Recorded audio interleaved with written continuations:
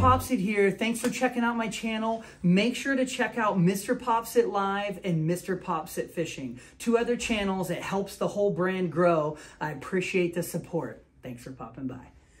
Okay guys, we have a common occurrence here. You can see this is a little whitehead basically, or a milia follicular cyst. It goes by many names, but it's a clogged pore that is filled with keratin.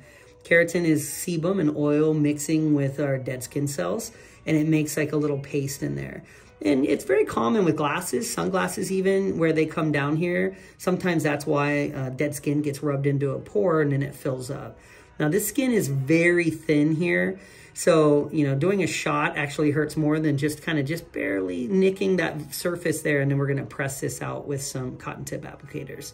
So let me just do that and get her, we got her all wiped down. We're gonna do a little poke and then we'll get this out for her today. Ready?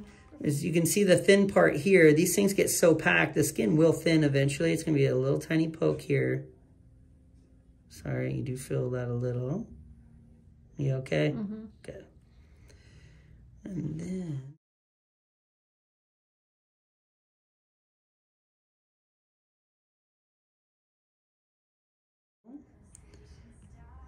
Kind of roll that a little. I know there's always hair here. Yeah, it's a little cyst. It's coming out now. Hopefully not too painful, just light pressure. Do you want to see what was in there? Sure. Yeah, that was all that. It's just keratin contents. You can see at the top it's more dry, at the bottom it's more white, and kind of like a paste you can kind of smush. But that's what's in there. It's good to get those out. That would have just gotten bigger. So you can see that skin, how it was kind of raised up a little bit. So the skin will kind of, that was bunched up now because there was a little bit extra there, is going to flatten out and kind of pull flat over the next couple weeks. So what I'm looking for here is if there's any little sac that might be coming out and getting the bottom of this. Little pressure there to empty that bottom out. That looks pretty good. Nice and flat, just extra skin. If I'm squeezing too hard, let me know.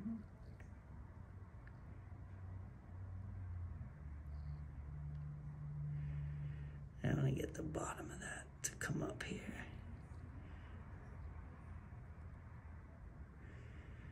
And there's not much coming out there.